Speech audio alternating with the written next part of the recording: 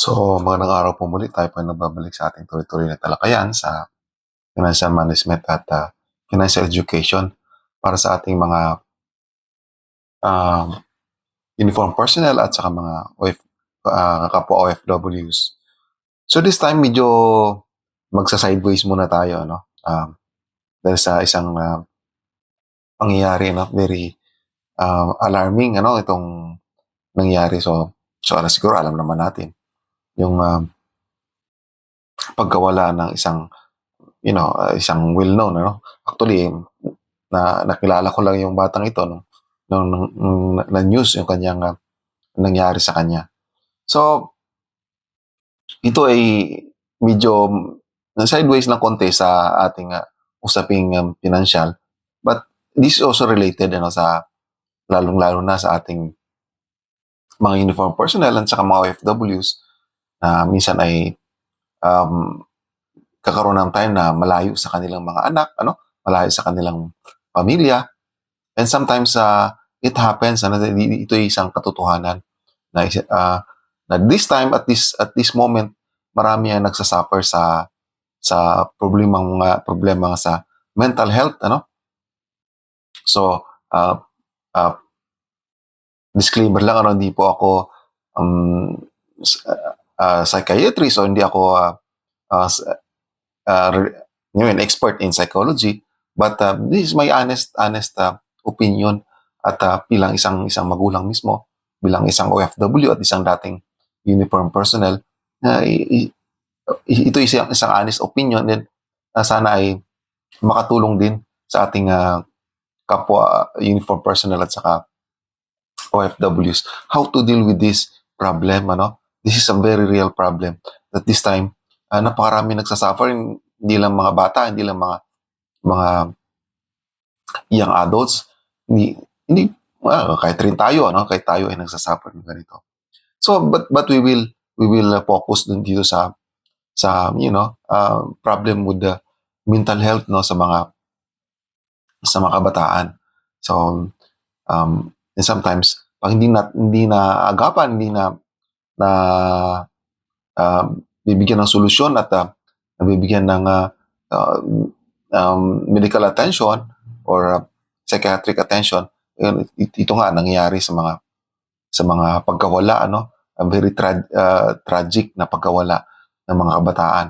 Sayang ang buhay, sayang yung potential, sayang yung kinabukasan, at sayang yung ating pagpupunyagi, sayang yung ating paghihirap. Then makikita lang natin yung mga bata ay nawawala dahil sa depression. So pag-uusapan natin yung depression in a way na in our own layman's term na mas madaling maintindihan, at this is just an open discussion. This is not an expert or this is not psychological advice, but reality check, So kasi sa ating society ngayon that most of our families, may isa, dalawa, o minsan ay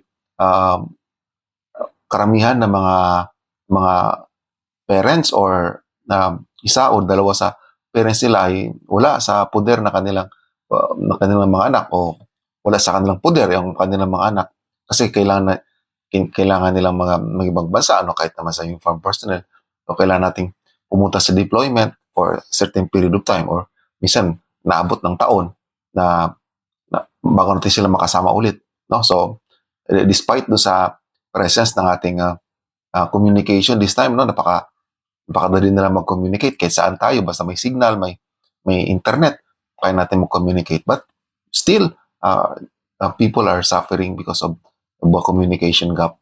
So this will be our topic today, Bakit maraming nakakaranas ng depression, mga kabataan, mga lalo na pagkawala yung mga parents, So I'm talking about yung parents na nandyan, So hindi ito yung broken family, o dahil sa nawala yung isang parents, sa hindi nagkahiwalay yung mga magulang, or namatay yung isang parents. But ito yung andyan yung parents nila, but they have to leave to work abroad, They have to leave to to attend to deployments, ano, sa lalo na sa mga uniform personnel.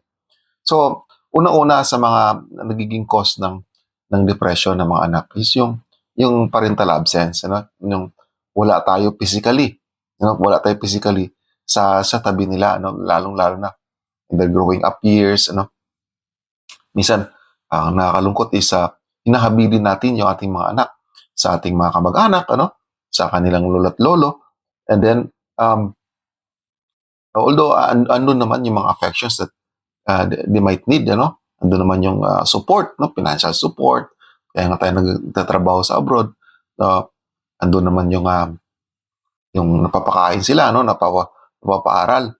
But yung affection as parents, ano, hindi papapalitan. Yun ang katotohanan, no. Hindi papapalitan ng pagmamahal ng grandparents, o lalo-lalo ng pagmamahal ng ibang caretaker, ano, or caregiver, ano bang tawag natin diyan, yaya or mga kamag-anak na nag-aalaga sa kanila. So hindi nila mararamdaman yung tunay na kalinga ng isang magulang pag wala tayo physically sa kanila.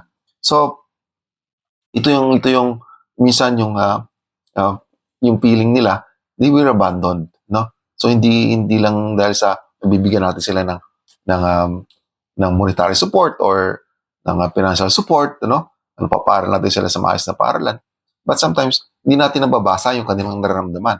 Maaring they feel abandoned, ano? Lalo na pag may mga events, ano? Mga events, family day or mga Christmas party or na nandyan yung mga parents ng ibang mga klase nila, and then tayo ay wala dahil sa hindi tayo makakauwi.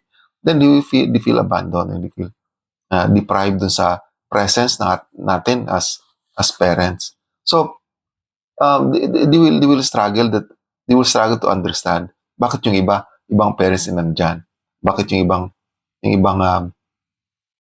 magulang ay always present during sa mga activities na dapat ay nandyan yung mga parents. So they have that struggle, ano, lalo na pagka mga bata, mahirap pa nila naintindihan na kailangan natin mag-ibang bansa para makasurvive. makasurvive. So maybe as time goes by, maintindihan nila. But lalo na sa developing years, it will also have an impact. Ano, itong impact na ito could bring damage sa kanilang mental health at saka could lead, no, o wag naman sana, into depression. Then isa rin is yung communication gaps, ano. Sabi ko nga kanina, marami tayong source of communication. Almost lahat ngayon ay kayang-kaya ng mag-communicate, ano, in a way na through internet or through social media. And yet, minsan yung ang ating mga schedule, ano, lalo na pagka medyo malayo yung ating oras, no? So hindi kumbaga yung time na tayo ay nagpapahinga, kasi hindi naman tayo, if you're working abroad, hindi naman tayo pwedeng anytime pwede tayo mag video call. May mga policy ang mga companies na bawal yung mga personal na mga video calls or tawag, ano. So minsan nung time tayo ay magpapahinga, na tayo ay magko-communicate sa ating mga anak, maaring nasa school sila or maaring sila ay natutulog na. At this is very, very real, ano, sa ating sa ating time, especially pag magkaiba yung ating time zones. So the communication gap is also factor ng pagkakaroon ng kumbaga minsan nakakaroon lang tayo ng mahabang usapan pag during weekends or during our day offs. So ito hindi minsan kasi kailangan na yung time ng ating mga anak na may sasabihin silang medyo importante, no, may mga problema silang gusto nilang isumbong o gusto nilang isangguni sa atin. Yet we don't have time. We don't have time because we're too busy or preoccupied. Gusto man natin i-attend yung kanilang problema. But no, the demand of work, no, sa abroad, lalo sa abroad, is napakahirap, no, tugunan. And sometimes doon na naman mapipil na naman nila, they're abandoned, they are pabayaan yung kanilang mga suliranin, hindi natin napapakinggan dahil sa ating pagka-busy, ano. Then yun na nga, they will feel that hindi karoon tayo ng mga misunderstanding, ano. They might feel, ano, although di natin sinasadya na gano'n ang kanya, they might feel that they're abandoned. So nagkakaroon rin ng mga role reversals and family dynamics. Nag-iiba yung family dynamics. So minsan yung mayroon tayong mga nakakatandang mga anak, ano. So ikaw naman ang kuya, ikaw naman yung ate. You take charge. You stand aside of the family. So ito yung nagka-problema na naman sa mga dynamics natin. Yes, di ba? Ang family dynamics natin as Filipino is, if you're a parent, so you should stand as a parent. If you're a child, you should stand as a child. You know, if you're an eldest child, pag andyan naman yung parents mo, bakit di ba? You might question yourself, bakit ako? Bakit ako yung must stand as a substitute of my parents, ano? So meron akong buhay, meron akong mga career na pinupursu, no? Nag-aaral rin ako. Then it will give this feeling na sana naman akong nabigyan ng mabigat na responsibilidad. You know? I'm referring sa mga older siblings, no? Na nabibigyan ng responsibilidad to take care of their younger siblings, ano? So ito yung nagiging isang napakahirap na struggle ng mga kabataan. And it could lead to depression dahil sa minsan nadideprive rin yung kanilang yung pagiging bata nila or pagiging hindi na sila makapag-socialize kasi kailangan nilang tugunan yung pangailangan ng kanilang mga kapatid. So then they will feel that yung minsan yung expectation minsan na papagalitan natin yung mga anak natin, yung mga older. Bakit napabayaan mo yung kapatid mo? Bakit nagkakasakit? Bakit bumaba yung grades ni bunso, ano? Hindi mo yata chine-check, ano? So this will make extra pressure doon sa mga anak natin, no? Yung mga older na mga anak natin sa responsibility. Do you feel do you feel guilty na kulang yata yung aking effort, kulang yata yung aking pag-aaruga sa mga nakakabata kong kapatid? It could lead to depression also. So then kakaroon rin tayo ng cultural identity issues, ano. Ito I'm referring sa pag dinala naman natin yung mga anak natin kasama natin sa abroad kasi gusto natin makapiling sila, and then gusto nating magkaroon sila ng ma-monitorin natin yung kanilang development, kanilang pag-aaral. So sinasama natin sila sa abroad. So dito naman nag-encounter nila yung mga cultural differences. Although Filipino as we are, mabilis tayong mag-adapt, ano, mabilis tayong mag-adjust. So I think this is not really a big problem, ano. Yun nga lang, lalo na pagka yung mga anak natin ay naka-establish na ng kanilang circle of friends, ano, kanilang mga barkada, mga best friends, no? So meron na silang concept ng ganon, then pinupull out natin. This is also a cause of depression. They have to tumingil na naman doon sa mga panibagong tao, no? Hindi lang ibang tao, but ibang lahi, ano, ibang kultura, so ibang pamumuhay, ano. So minsan yung culture shock could also give them a bit of a problem, ano, mentally sa kanila kasi wala na yung mga support system nila na kanilang nakasanayan, ano, yung mga friends nila. So but I think this is not a big deal para sa atin, ano, kasi we want them to be with us, ano.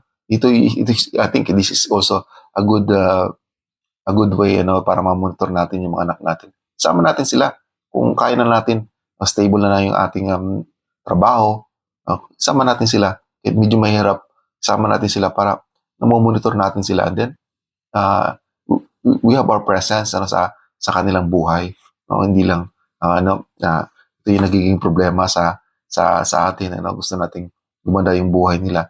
Yet we are absent for 10, 15 years sa kanilang buhay, hindi nila tayo kilala, at minsan ang problema is anak natin, hindi na natin kilala din. Ano ba, pagdating natin doon, nasa-shock na tayo. Anak ko ba to? Minsan question natin, ba't yung anak ko di ko nakamukha? Iba problema yun. So ito yung ating ito yung ating dapat na minsan we have to consider din, kaya nga tayo, I'm trying to advocate na dapat we become financially independent, we become financially free, as early as we can, para tayo ay makapagpurgod ka agad pag hindi natin kasama yung mga anak natin. Then we can start something new. Kung meron na tayong kunting puhunan, may mga naipon na, may mga na-develop na mga emergency fund, may mga insurances, may mga investments, as soon as possible dapat we are present sa ating mga anak, Saka maiksi lang yung time na tatawagan natin silang talagang tunay na anak. Pag nagkaroon na sila ng pamilya, they will have their lives of their own. Then we will parang na lang tayo, sideline na lang tayo sa kanilang buhay, no? So yung point ng kabataan hanggang sila ay magkaroon ng pamilya, this is very important, very important time as a parent, para maramdaman natin na tayo ay parent na present sa kanila. So this is just a warning signs na dapat medyo alam natin sa mga anak natin, So dapat very sensitive tayo sa mga ganito. Kasi minsan, feel na, strong naman yung anak ko, resilient naman yan. No? Minsan, yun ang impression natin, but deep within them, kasi itong ganitong problema kasi, mahirap man-diagnose hanggat na hindi na matitingnan, hindi na check ng isang expert. Hindi ito basta-basta nakikita, minsan akala natin okay lang kasi masaya sila or they get along, kikita natin sa social media, masaya sila. Hindi minsan na nakikita yung ganong, minsan depression is very deceiving na sakit, mental health ay napaka-deceiving na sakit, minsan it will hit us, in a very surprise manner. Minsan wala na sila. Sana natin alam, may problema pala. Then, masakit na katotohanan. So ito yung mga warning signs, sabi nga nila. Pag nakipapansin natin na nagwi-withdraw ang ating mga anak, from their friends, from the families, So hindi lang ito simpleng, yung growing up years na minsan, yung mga rebellious years. But this is very, yung mga alarming na signs na yung withdrawal, ayaw na lang, gusto na lang magkulong sa kwarto, gusto lang nilang mapag-isa, ayaw lang ng kausap. So this is a very alarming sign, isa sa mga alarming sign. Isa rin dyan is yung declining yung mga grades nila, bumababa yung grades nila. Dati, makapasok pa sa mga honors, ngayon, nakakapasok na sa mga bagsak na yung mga grades na pumapasok. So ito yung isang alarming. Ibig sabihin, hindi na sila nakaka-focus or mahina na yung motivations nila. So ito dapat na monitorin natin, So hindi solusyon ng pagalitan na lang natin kaagad. Kumustahin natin. Anak, ano bang problema? Ba't na bumaba yung mga grades mo? So, kasi minsan, pag pinapagalitan kaagad natin, lalo natin silang nadidiin, yung depression nila, lalong lumalala pagka kaagad pinapagalitan natin. So, isa rin is yung biglang nagbabago yung mga mood nila in such a way na madali silang mairita, madali silang magalit, So, isang kuwan yan. Red flags, we're talking about red flags. Isa rin dyan is yung nauulan sila. Dati mahilig sila mag-basketball, mahilig sila mga hobbies nila, then biglang nawala. So ito yung minsan tingnan natin din no, bakit kaya, bakit nawala siya? It's like, pag-withdraw sa friends and relatives, isa rin yan sa sleeping problems, this is very, very crucial, no? It's either, tutulog sila ng mas mahaba kaysa sa normal, or maiksi na lang tinutulog nila. So ito yung ating dapat tinitinan. Pag wala tayo doon sa kanilang presence, hindi natin nakikita, no? Lalo na pag may sarili silang kwarto, yung mga caretaker nila o yung mga mag-aalaga sa kanila, hindi mo nila napapansin kung yun ba'y natutulog sila ng tama, or hindi. So ito yung dapat makikita rin natin. At saka yung minsan very obvious sign yun, lalo na yung mga nagpo-post na yung gaya ng bata na wala, no? There are very obvious signs kahit sa mga interviews, kahit sa mga pinopost sa social media, very obvious yung feeling of hopelessness, yung feeling na pag nawala siya, it would be the end of the problem. So ito yung mga very, very red flag na nakikita natin na dapat nabibigyan ng attention kaagad, no? Sama na dyan siguro yung mga physical pains, mga maraming masakit ng ulo, no? Maraming nararamdaman.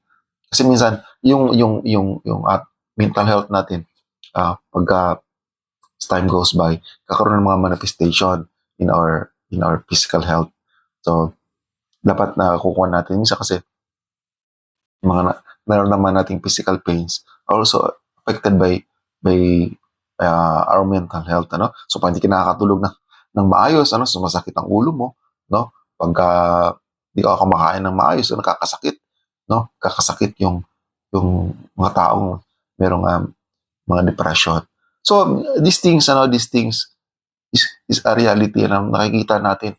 Yung mga bata nawawala, yung mga bata bigla na lang, it is a sad reality. So as OFWs, as uniform personnel, so dapat hindi lang lahat ay binubuhos natin yung ating lakas, ang ating atensyon sa paghanap buhay. So bigyan rin natin ng atensyon yung kung ba't tayo, yung reason na ba't tayo ay nagsusumikap sa abroad, nagsusumikap sa ating trabaho as uniform personnel. So bigyan natin ng atensyon, then we should find ways na sana ay maagapan, sana ay, kasi minsan depression will just pass in a way na isang period lang ng buhay natin, in our lives, kahit naman tayo ay mga may edad na, mayroon dumating sa point natin na medyo depressed tayo. Minsan maiksi lang, minsan isang linggo, minsan mga hormonal balance, or mga relationship problems, minsan kakaroon na tayo ng point na gano'n. And yet, pag nalampasan naman natin, it will be okay. And then, makuha natin that this is just part of life. Pero kung mga anak natin, hindi natin naagapan, then they will just end up, in a tragic way.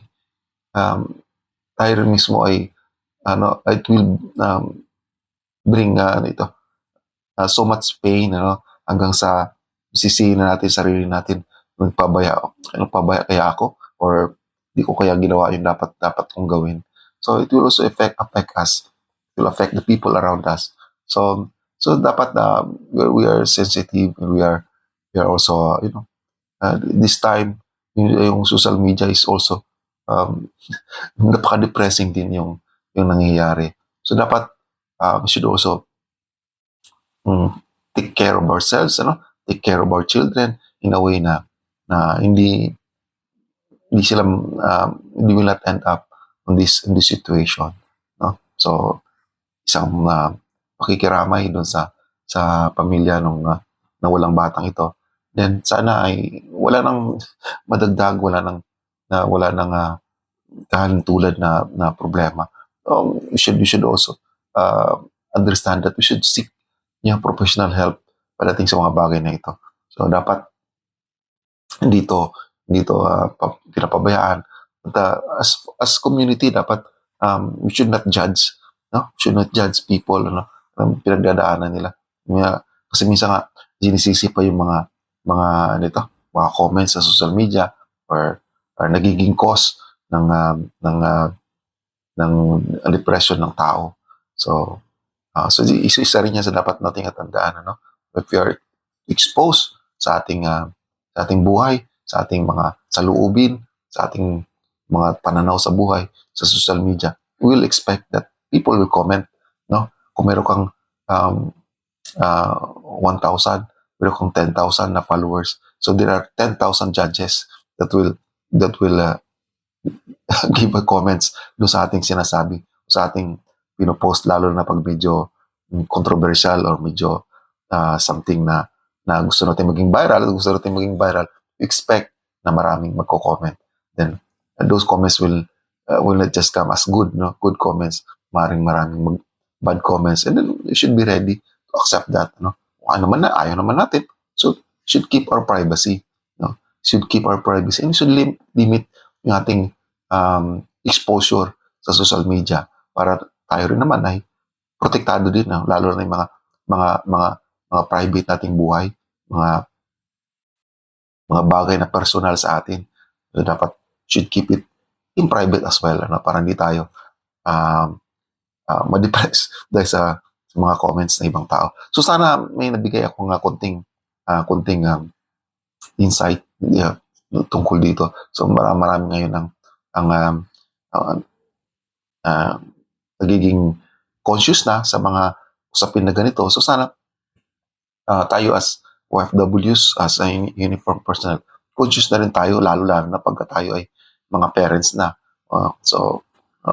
Pangalagaan natin yung buhay na pinagkaloob sa atin, ano? This is a gift, no? Ito pinahiram sa atin ng Diyos. So we have the responsibility and we have the